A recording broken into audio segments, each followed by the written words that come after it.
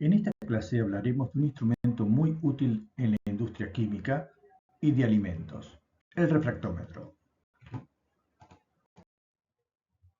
El refractómetro es un instrumento que se emplea para medir el índice de refracción de sustancias líquidas o sólidas. La técnica, en general, recibe el nombre de refractometría y se emplea en determinaciones cualitativas para la identificación de compuestos o bien en forma cuantitativa para conocer la concentración. Antes, el cociente entre la rapidez con que viaja la luz en el vacío dividido el valor de la rapidez de la luz en un material es el índice de refracción absoluto. Si este cociente lo hacemos con el valor de la rapidez con que viaja la luz en otro material de referencia, se llama índice de refracción relativo. El valor del índice de refracción de una sustancia depende de la temperatura y de la frecuencia de la luz empleada. Como la frecuencia de la luz es un número muy grande, usualmente se identifica usando la longitud de onda de la luz cuando viaja en el vacío. Usualmente se mide el índice de refracción de las sustancias para la línea D, que es la luz amarilla que emite una lámpara incandescente con gas de sodio a baja presión. La frecuencia de esa luz es de 5,088 por 10 a la 14 Hz. Como el producto de la frecuencia por la longitud de onda es la velocidad de propagación, para el vacío la longitud de onda para esta línea del sodio es de 589,2 nanómetros. En general, cuando se trabaja con luz en el espectro visible, las distintas frecuencias se identifican usando la longitud de onda que tiene esa luz cuando viaja en el vacío. Por esto van a encontrar en la literatura que el índice de refracción depende de la longitud de onda en vez de la frecuencia. El símbolo empleado para el índice de refracción es la letra N. Se coloca una letra en el subíndice que indica cuál es la línea de referencia, por ejemplo, la línea D para el sodio, H para la línea de 404,6 nanómetros del mercurio. Si no aparece este subíndice, indica que se está trabajando con la línea D. También se indica con un supraíndice la temperatura de medición en grados Celsius. En el ejemplo, se pueden ver los índices de refracción de 4 sustancias líquidas, todas medidas para la línea D. Observe que cuando aumenta la temperatura, el índice de refracción disminuye. Este efecto se debe principalmente a la dilatación del material con la temperatura. Para el estudio de sustancias se emplea la refracción específica, que se calcula usando esta ecuación, donde ρ es la densidad de la sustancia. Esta magnitud es una medida de la polarizabilidad promedio de las moléculas de una sustancia, es decir, que es una medida de la movilidad promedio de la nube electrónica con la luz. A partir de la refracción específica se puede calcular la refracción molar. La refracción molar es una magnitud útil para predecir el índice de refracción de una sustancia a partir de la contribución de los distintos grupos funcionales. Hay muchas formas de medir el índice de refracción de sustancias sólidas, gaseosas o líquidas. Cada método tiene sus aplicaciones y sus limitaciones. Un método consiste en medir cuánto se desvía un haz de luz colimado cuando pasa a través de una placa de caras paralelas. Este fue un ejercicio de una de las unidades anteriores. Para determinar el índice de refracción de la placa, se debe conocer el índice de refracción del medio que rodea la placa, el espesor de la placa y el ángulo de incidencia, y se mide la desviación del haz. Con este método se obtienen resultados con un error típico de 1 parte en 1000. Otro método consiste en determinar la desviación mínima de un haz de luz colimado cuando atraviesa un prisma. Conociendo el ángulo del prisma y el índice de refracción externo, con un goniómetro se mide el ángulo de desviación mínima y se calcula el índice de refracción usando esta ecuación. Con este método se puede medir en forma muy precisa el índice de refracción. se obtienen resultados con una incerteza de una parte en 100.000. Para obtener valores de índice de refracción con esta precisión, se requiere termalizar el prisma para que las fluctuaciones en la temperatura no afecten la medida. Otra forma de medir el índice de refracción es a través del ángulo crítico. Cuando un haz de luz llega a una dioptra plana, pasando de un medio de índice de refracción mayor a uno menor, si el ángulo que forma el haz con la normal es mayor que el ángulo crítico, no hay luz transmitida. Si incide con el ángulo crítico, el ángulo de refracción es 90 grados y usando la ley de Snell se puede determinar el índice de refracción. En el ejemplo, si el medio 2 es aire, el índice de refracción del medio 1 es función del ángulo crítico. Con este método se consiguen mediciones con precisión y sensibilidad de una parte en 100.000 siempre que está termalizada la muestra. Un método distinto consiste en analizar el estado de polarización del haz reflejado. La polarización de la luz es un concepto que veremos en la próxima unidad. Cuando un haz de luz no polarizado incide sobre una dioptra plana, el haz reflejado también está no polarizado. Esto ocurre en general, pero hay un ángulo para el cual el haz reflejado está linealmente polarizado. Este es el ángulo de Brewster y está relacionado con los índices de refracción mediante la fórmula donde el cociente de los índices de refracción es igual a la tangente del ángulo de Brewster. Los refractómetros basados en la medición del ángulo de Brewster tienen una incerteza típica de 5 partes en 1000.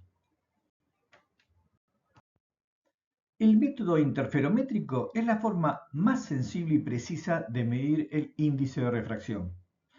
Los conceptos básicos para entender este método se verán en la próxima unidad. La idea es de comparar el desfasaje que se introduce cuando la luz pasa por una celda de longitud Z llena con distintas sustancias. El desfasaje es proporcional a la diferencia de los índices de refracción de ambos medios. Con este método se obtienen mediciones de alta sensibilidad y muy precisas, por lo que la termalización es crítica. El método de coincidencia de índice es una forma empleada para medir el índice de refracción de objetos que no requiere instrumentación alguna. La idea es la de sumergir el objeto en soluciones de índice de refracción conocida. Por ejemplo, se lo sumerge en distintas soluciones de sacarosa, donde nosotros conocemos el índice de refracción de cada una de ellas. Cuando el índice de refracción de la solución coincida con la del objeto, el objeto desaparece y se puede observar a través del recipiente. No desaparece el fenómeno de refracción. Entonces, el objeto va a tener el índice de refracción de la solución que hace que este efecto ocurra.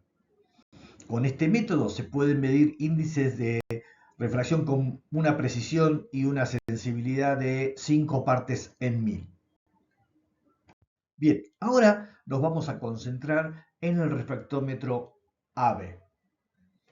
El refractómetro ABE fue el primer refractómetro que se ofreció comercialmente hace ya unos 140 años. Su diseño fue tan exitoso que todavía se usa y se copia en nuevos dispositivos. El principio de funcionamiento del refractómetro ABE se basa en la medición del ángulo crítico usando un prisma. En la pantalla ven un esquema de un refractómetro de ABE.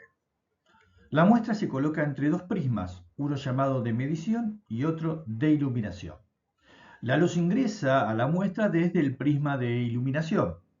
La superficie del prisma de iluminación está esmerilada, de forma que la luz que llega a la muestra lo hace en todos los ángulos posibles, incluidos los casi paralelos a la superficie de la muestra. El fenómeno de refracción crítica ocurre cuando la luz se refracta en la superficie de la muestra con el prisma de medición. Todos los haces pasan con un ángulo que como máximo vale el ángulo crítico. Cuando se enfoca un telescopio se observa que hay una zona brillante y una zona oscura.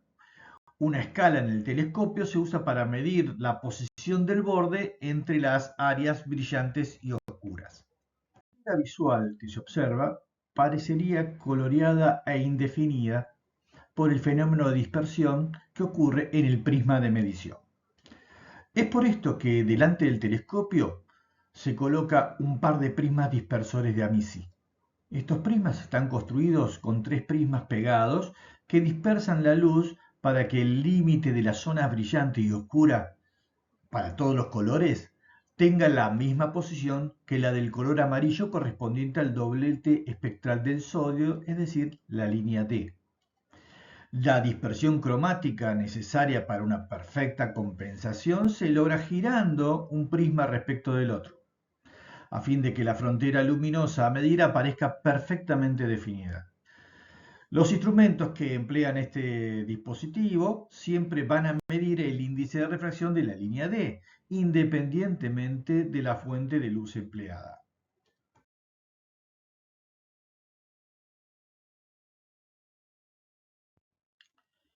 Los refractómetros de AVE poseen una escala que nos dan la lectura del índice de refracción. Algunos equipos ya están especializados y en la misma escala aparece el valor de una propiedad que está relacionada con el índice de refracción. Por ejemplo, es muy común encontrar equipos que dan la fracción en masa de sacarosa, lo que se llama grado Brix. En general, el rango de índices de refracción que se pueden medir con estos refractómetros van desde 1,30 hasta 1,70, pero también se pueden conseguir modelos que midan a partir de 1,20 y hasta 2,10. Actualmente, cualquiera de los dispositivos comerciales posee una sensibilidad y una dispersión de 2 partes en 100.000, siempre que se fije la temperatura de la muestra. En caso contrario, es de 5 partes en 1000. El refractómetro AVE se utiliza para determinar la concentración de soluciones, para pruebas de pureza y controles de calidad de sustancias líquidas, plásticas y sólidas, y como instrumento auxiliar para investigar sustancias macromoleculares. Se pueden analizar muestras brillantes, transparentes y opacas. Entre las sustancias probadas, preferentemente con refractómetros AVE, se encuentran soluciones acuosas, alcohólicas, etéreas, aceites y ceras de cualquier tipo, productos alimenticios como jugos de fruta, jarabes, soluciones de azúcar, grasas y aceites para ensaladas, tinturas, preparaciones alcohólicas, resinas y materiales sintéticos e inclusive vidrio. Ahora vamos a hablar de las aplicaciones de la refractometría. Uno de los usos más comunes de la medición del índice de refracción es la de comparar el valor que se obtiene con los valores que se encuentran en la literatura técnica y científica. Esta comparación se utiliza para ayudar a confirmar la identidad de un compuesto y o para evaluar su pureza. Sin embargo, el obtener la concentración de un soluto en una solución es probablemente el uso más popular de la refractometría. Por ejemplo, se han desarrollado métodos para determinar el porcentaje de azúcar en jugos de fruta, jarabes, el porcentaje de alcohol en cerveza, en vino, la salinidad del agua, la concentración de anticongelante del líquido alrededor, y muchas industrias lo utilizan como control de calidad. En la mayoría de los casos, el índice de refracción está relacionado linealmente o casi linealmente con el porcentaje de sólido disuelto en una solución. Al comparar el valor de índice de refracción de una solución con una curva estándar, uno puede determinar con buena precisión la concentración de soluto. Muchos refractómetros contienen una escala de Brix que está calibrada para dar el porcentaje peso en peso de la sacarosa disuelta en agua. El índice de refracción para una única longitud de onda no proporciona información detallada sobre la estructura de una molécula y no se suele utilizar para este fin. Pero, si se determina el valor del índice de refracción para un conjunto de longitudes de onda, se puede establecer detalles de la estructura molecular. Estas son las técnicas espectroscópicas. Es por esto que los refractómetros AVE se utilizan en laboratorios industriales y de investigación, como herramientas de desarrollo y o de control de calidad.